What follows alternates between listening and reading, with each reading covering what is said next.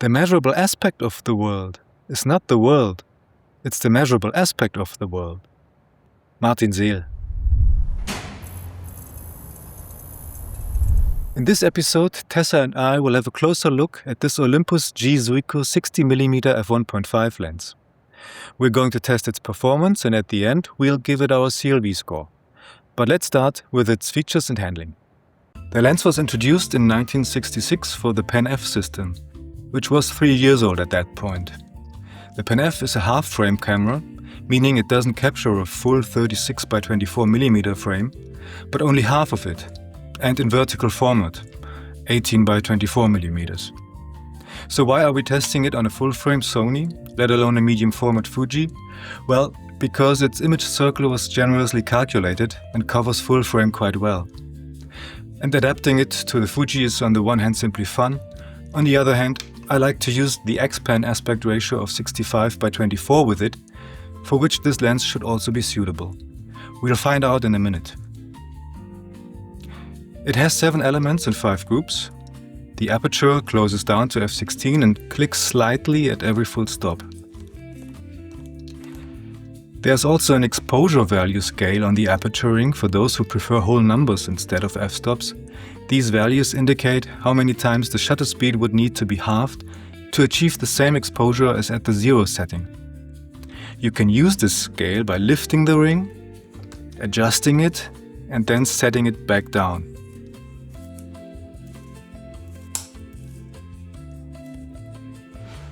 The aperture itself has 8 blades.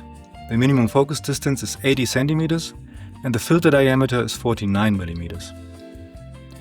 Its weight is 280 grams. It's a lens that feels solid and well made. The well-dampened focus ring turns 180 degrees. We will be testing the lens on a Sony A7III and this Fuji GFX50S. On the Fuji, it's equivalent to a full-frame lens with a focal length of roughly 48mm and a maximum aperture of f1.2. Our first image quality test looks at distortion and vignetting. We check for these using this Adobe camera calibration chart. There's moderate barrel distortion and vignetting is quite strong at f1.5, but once we reach f5.6 it's virtually gone. Distortion and vignetting can be corrected in your editing software, but you could also use the lens profiles I offer for download on my Patreon page. The link is in the description. Lateral chromatic aberration is present, but as you can see, it isn't the main issue in the image corners. Longitudinal chromatic aberration is clearly visible and takes quite a while to disappear. Even at f5.6, traces of it are still visible.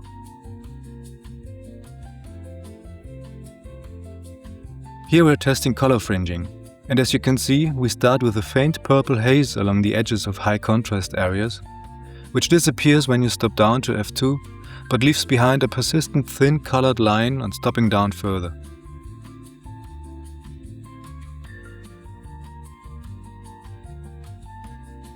When adapting the lens to the GFX sensor, we see what we expected. There are noticeable black corners, but I'd still consider the X-Pan aspect ratio and 1:1 usable. For comparison, I've also marked the area for which the lens was designed. Next is sharpness at infinity on the A7. Wide open, the image is already very sharp in the middle, which is remarkable for a 60-year-old lens at f1.5. Only contrast is a bit low. The image remains very sharp all the way to f16. Unfortunately, things are rapidly going downhill in the mid-zone. Sharpness is significantly reduced and we don't get a very good image here until f16.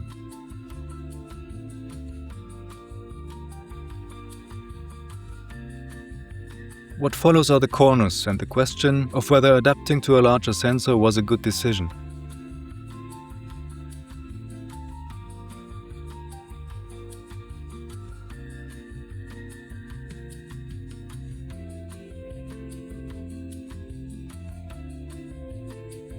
When it comes to sharpness at the minimum focusing distance, we see a slightly soft image in the center of the frame at f1.5 and f2. However, starting at f2.8, sharpness is very good and remains so up to f16.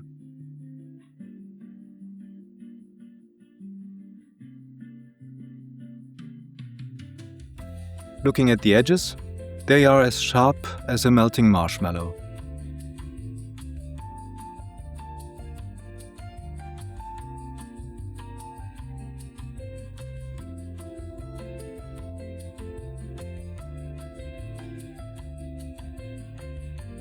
Here we are testing sharpness at a typical portrait distance. We see slight softness at f1.5 and f2, which is not necessarily a disadvantage when it comes to portraits, and the remaining apertures are very sharp.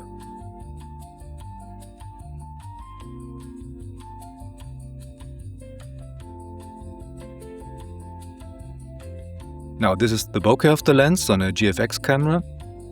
It looks beautifully creamy.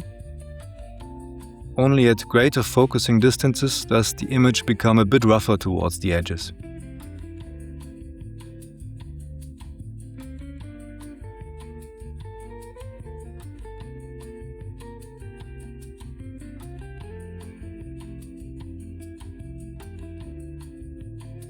To wrap up the technical tests, let's now take a look at coma and sunstars.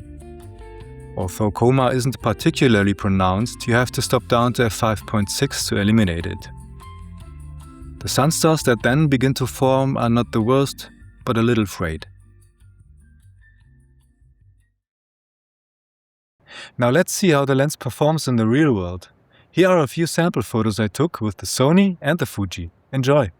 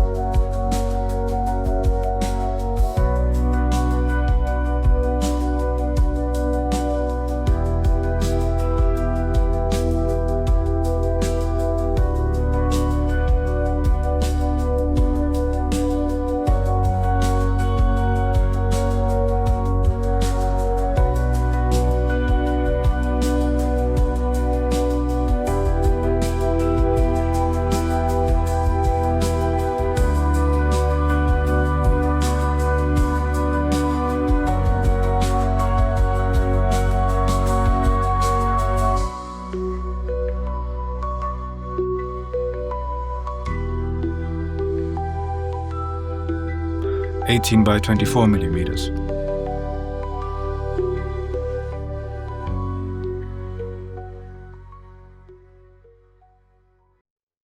Welcome back. Time to give the lens the CLV score. For handling and features, it's a 6. For aberrations, only a 5. For sharpness, it gets a 3, which is unfortunate. For the nice bokeh, an easy 8. And the sunstars get barely a 6. It's quite a rare lens and prices are from 500 to 800 euros, which is clearly too much. 31 out of 60 points, that's not very high, and in my opinion it doesn't do the lens justice, because taking photos with it is much more fun than that score suggests. This brings us full circle to the quote from the beginning. Thanks for watching everyone, and please consider liking and subscribing.